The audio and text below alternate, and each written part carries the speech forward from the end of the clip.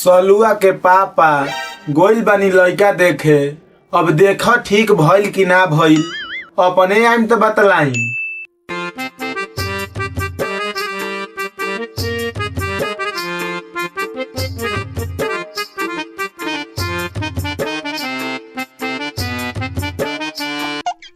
का जी सलुआ के पापा आगुनी बैठी। का कहतन जा लइका वाला कहिया आवतन जा?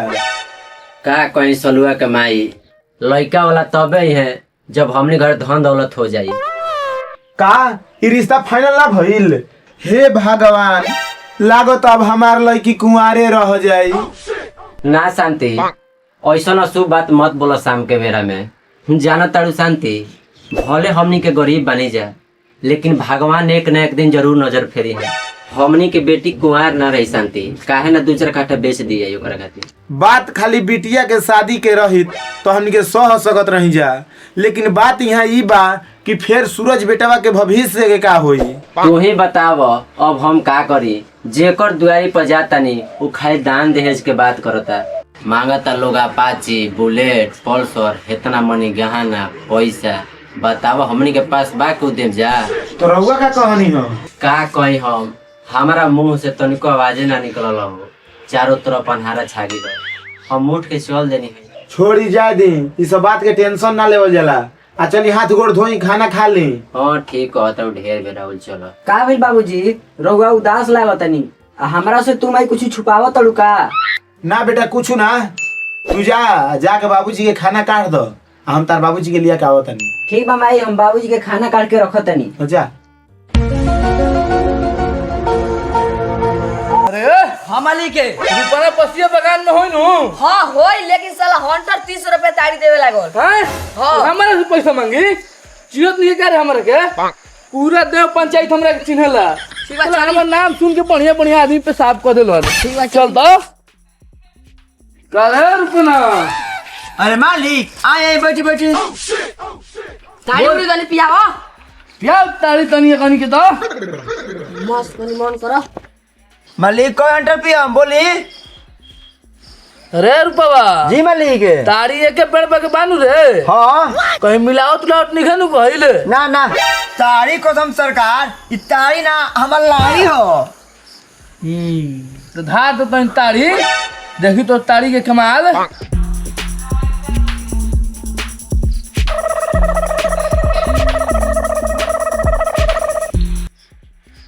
ली मालिक पी। दो वो लोग के दो। ढारो तनी पी रौरा।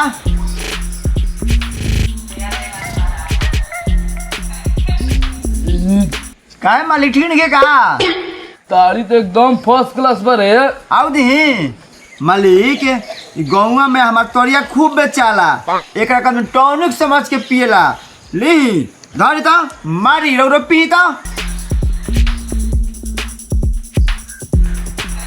अरे बुर्बक, ये तारी से vitamin A B C D मिलेला। आ जो पियला एकरा के जाके देख उ पहलवान दिखत होई, आ जो ना पियला जाके देख उ मुर्खियाइल होई। तारी कसम सरकार एगो बात पूछी? पूछ पूछ, बेझिझक पूछ।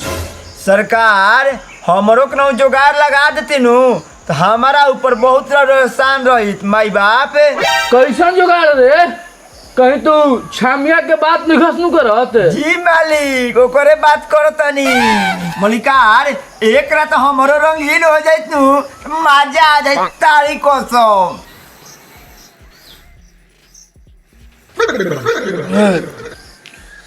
देख रूपवा, ऐसे तो तू बात ठीक ना बोलत बड़स, लेकिन तू हमार पुरानका पास ही बड़स, यही ले तोर काम हो जाई।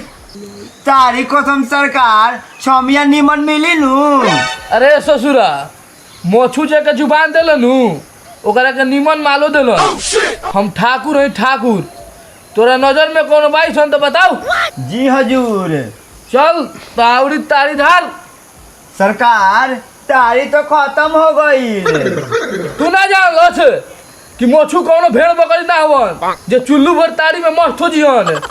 लबानी में तारी खत्म हो गइल त का हो गइल? पेड़ पर बानू। जी हजूर। जाओ जाके लेके आ उतार के। अभी लेके आओ तनी। आतना मार मारम कि हड्डी धूर हो जबऊ। ना मलिकार ऐसा मत करम। जो जो निकल लेके आओ। बैठी 5 मिनट।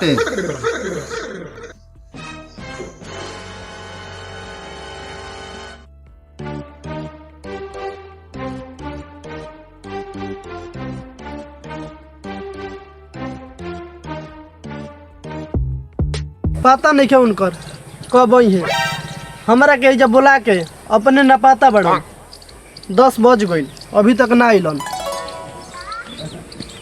हाय जानू।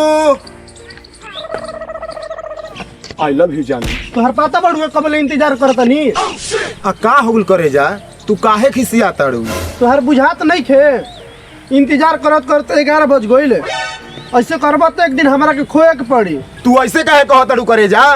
अगर ये इलाका में तारे के कोनो 7 दीवारी के अंदर भी छुपा ली नू तो हम तारे को वहाँ से उठा के लेके आ जाइम। हाँ छोड़ा हमार सब गड़बड़ हो गई। हमार माई बाबू दोसर साथ शादी ठीक कर दिल बड़न लेकिन हम तोहरे से शादी कर। हम तारा से कहले रही नू कि हमनी के जोड़ी केहू नहीं के टूट सकत।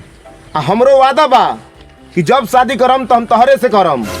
हम तोहरे से शादी करम सोना। आई लव यू जानू। आई लव यू टू करे जा।